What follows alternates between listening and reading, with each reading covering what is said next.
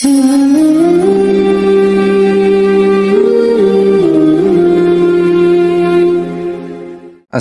আলাইকুম আরহামাতুল্লাহ। দুনিয়ার জীবন শেষে আখিরাতের প্রতিটি ধাপ পেরিয়ে কর্মফল অনুযায়ী নির্ধারিত চূড়ান্ত দুটি ঠিকানার নাম জান্নাত এবং জাহান্নাম। জাহান্নাম ভীষণ শাস্তি ও ভয়ঙ্কর এক স্থান, যেখানে আরামের লেশ মাত্র নেই। তাতে রয়েছে কেবল আক্ষেপ, আর্তনাদ আর অসহনীয় কষ্ট, যন্ত্রণা। জাহান্নাম সম্পর্কে আমাদের জ্ঞান ও উপলব্ধি যত স্বচ্ছ হবে, ততই আমরা দুনিয়ার ধোঁকা ও প্রবঞ্চনা থেকে সতর্ক হয়ে আসল গন্তব্যে পৌঁছার পাথে ও লাভে মনোযোগী হতে পারব। জাহান্নামের ভীষণ শাস্তির কথা জানা থাকলে গুনাহের পথে কদম বাড়াতে অন্তরে ভীতির সঞ্চার হবে। তাই পুরো ভিডিওটি মনোযোগ সহকারে দেখার এবং আপনি যদি আমাদের চ্যানেলে নতুন হয়ে থাকেন তাহলে সাবস্ক্রাইব করে পাশে থাকার অনুরোধ করছি।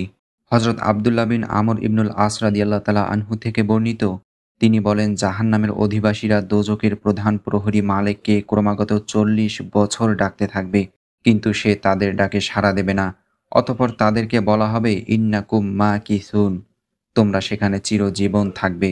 অতঃপর তারা তাদের রবকে ডেকে বলবে, রব্বানা আখরিজনা মিনহা ফাইন উদনা ফাইন্না যালিমুন, হে আমাদের প্রতিপালক, আমাদেরকে এ আগুন থেকে রক্ষা করুন। এরপর আমরা যদি পুনরায় কুফরি করি তবে আমরা অবশ্যই জালেমদের অন্তর্ভুক্ত হব। দুনিয়ার বয়সের দ্বিগুণ সময় পর্যন্ত আল্লাহ তাআলা তাদের ডাকে সাড়া দিবেন না।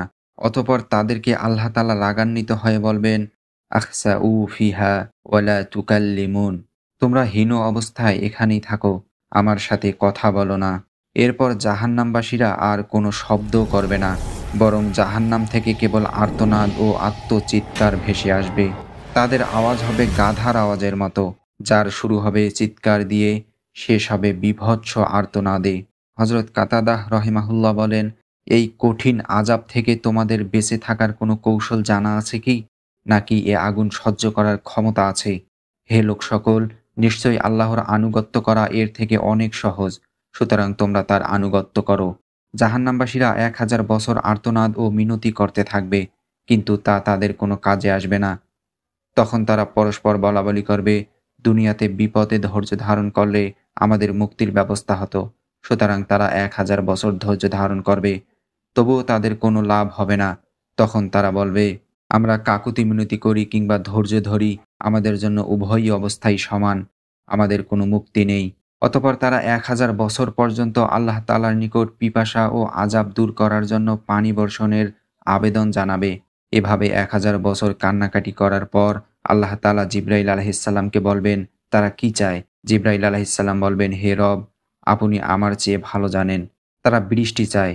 তখন আকাশে লাল রঙের মেঘ দেখা দেবে। ফলে তাদের ধারণা হবে, এই নিশ্চয়ই বৃষ্টিপ্রবাহী মেঘ। কিন্তু সে মেঘ থেকে তাদের উপর খচ্চরের মতো বিচ্ছু পতিত হবে। সে বিচ্ছু একবার দংশন করলে 1000 বছর পর্যন্ত তার ব্যথা থাকে। আবার 1000 বছর বৃষ্টির জন্য কান্নাকাটি করে অতিবাহিত করবে। এরপর আকাশে কালো মেঘ দেখা দেবে। তাদের ধারণা হবে, এ নিশ্চয়ই বৃষ্টিপ্রবাহী মেঘ। কিন্তু সে মেঘ থেকে তাদের উপর উটের ঘাড়ের মতো সাপ পতিত হবে, যা একবার কাউকে দংশন করলে 1000 বছর পর্যন্ত তার ব্যথা থাকে। আল্লাহ তাআলা বলেন, আমি তাদের উপর আযাবের উপর আযাব বৃদ্ধি করে দেব, কারণ তারা পাপাচার করে বেড়াত।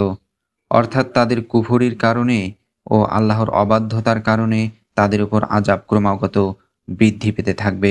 প্রিয় দর্শক, জাহান্নামের আযাব সম্পর্কে আজকের এই ছিল সংক্ষিপ্ত আলোচনা।